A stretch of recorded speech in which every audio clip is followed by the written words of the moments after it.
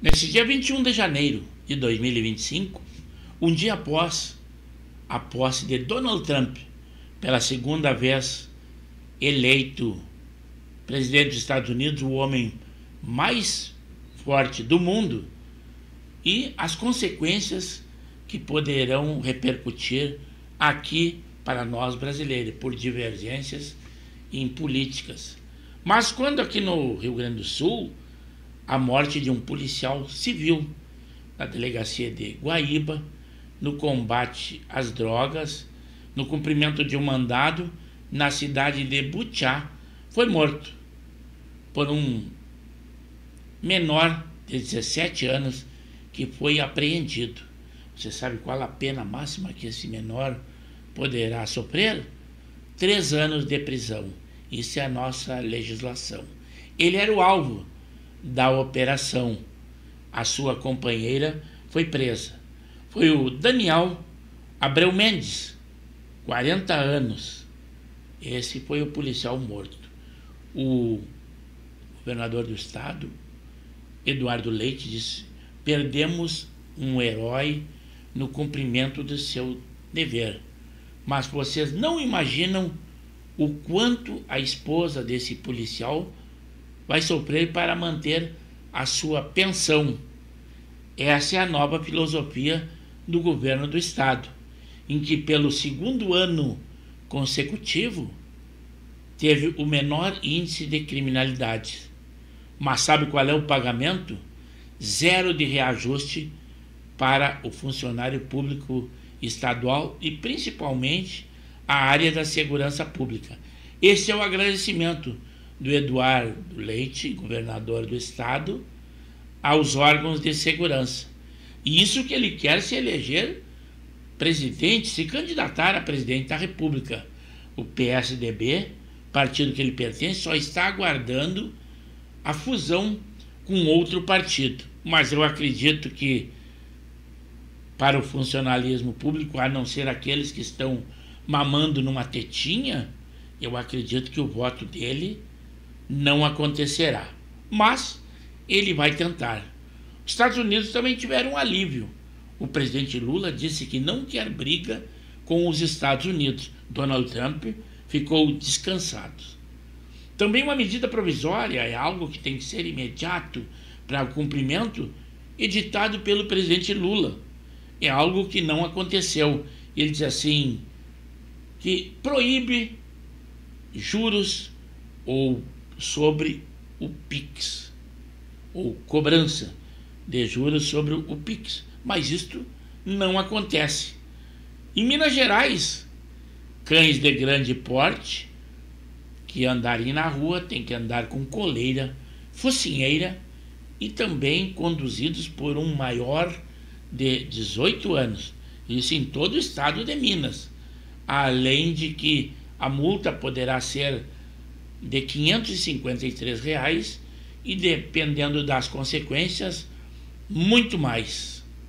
Mas dentre as muitas repercussões que estão acontecendo e ainda vão acontecer na posse de Donald Trump, que no Brasil, na reunião ministerial, os ministros foram desautorizados de tomar qualquer medida dentro da sua pasta que não centralize no governo federal. Mas a Globo News, aquela emissora de índole esquerdista, mostrou um debate e o descontentamento de uma repórter esquerdista com o Demétrio, um repórter coerente que está contando tempo na emissora. Eu já falei, ele está indo de encontro à ideologia dela. É a Globo News. Vejam parte desse debate. Supremacista, afinal de contas, quem se beneficia das políticas de diversidade, se não os negros, se não as mulheres, se não os indígenas ou descendentes dos povos originários, se não os hispânicos ou latinos, como o Guga mencionou, se não, por exemplo, homens e mulheres trans. Todos esses grupos estavam minimamente representados, por exemplo, no governo de Joe Biden. E é muito nítida, né, a compreensão quando um presidente nega essa política. Obviamente, ela beneficia um grupo, que é o grupo que Donald Trump historicamente representa e adula, o dos homens brancos héteros.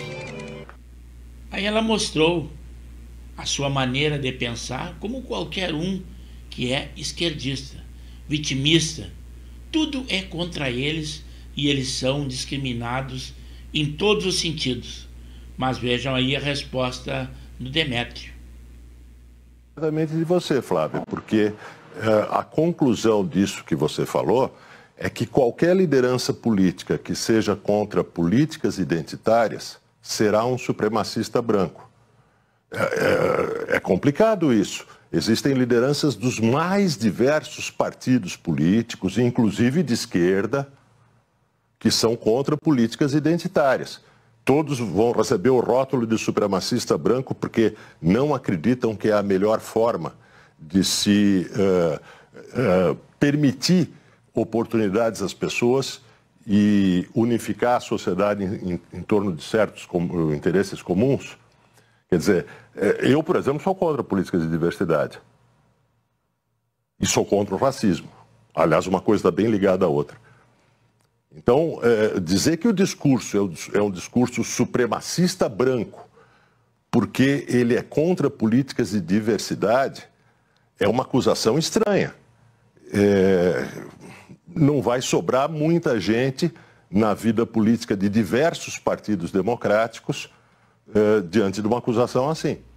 Ela esboçou o pensamento dela, que é igual aos demais que têm essa ideologia. Eles é que sabem o correto e os outros, tudo o que fizerem está errado. Não tem sobrado muita gente mesmo, Demétrio. Essa é a realidade. A onda conservadora, com toques de neonazismo, neofascismo, ela se sedimenta. Você, um analista internacional, sabe disso, dos pensamentos supremacistas. E ainda hoje, mais cedo, segundo fotos publicadas no New York Times, havia desfile de jovens brancos supremacistas, dá para assim definir, exibindo orgulhosamente camisetas de Proud Boys.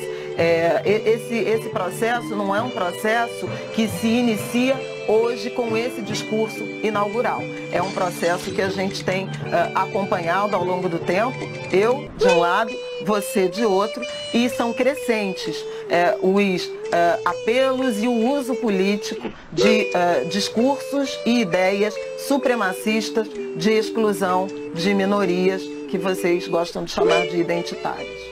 E vejam também a grosseria e a falta de educação com que ela se refere.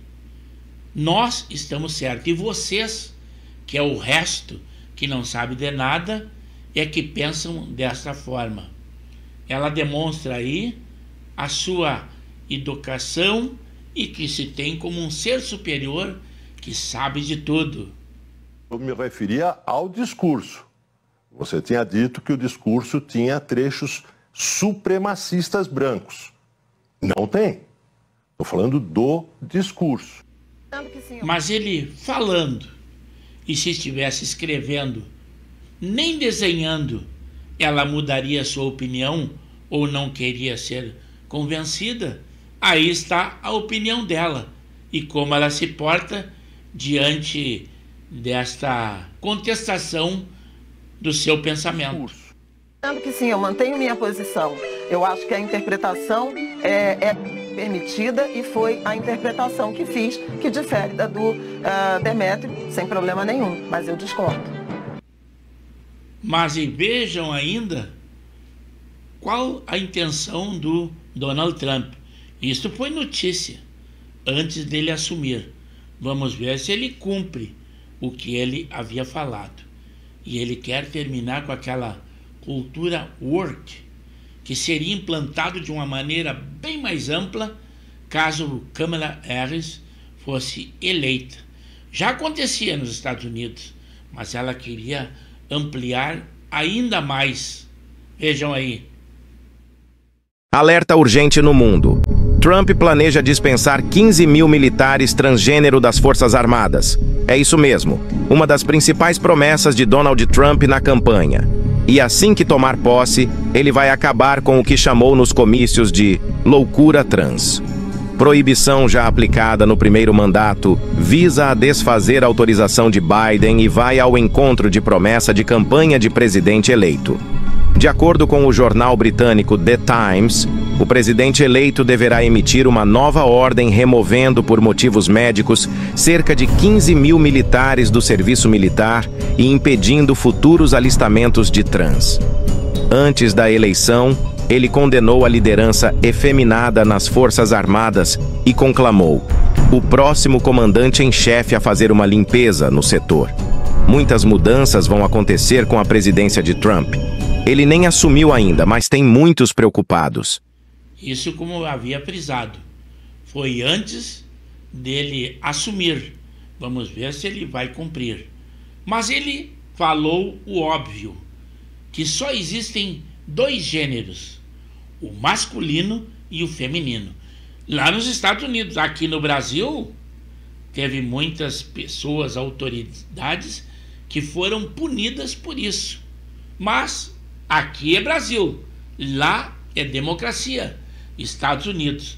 E agora, já a esquerda está acusando que um gesto nazista feito pelo Elon Musk gera polêmica durante o discurso do bilionário Elon Musk. Aqui, quando disseram que um influenciador, o Adrilles, que havia cometido um ato desse, ele foi condenado pela comunidade e teve suas contas bloqueadas. Tudo isso aconteceu aqui no Brasil. Um incêndio em um hotel numa estação de esqui, mas isso aconteceu lá na Turquia. Até agora foram computadas 70 pessoas mortas e muitas outras feridas. Antes que o pessoal da esquerda critique Donald Trump por ter assinado um decreto que perdoa 1.500 invasores do Capitólio, saibam que, antes de deixar o cargo, Joe Biden concedeu indultos preventivos a potenciais alvos de Donald Trump. O presidente Lula cumprimentou Trump pela posse e diz que contribua para um mundo mais justo. Foi as frases do presidente Lula.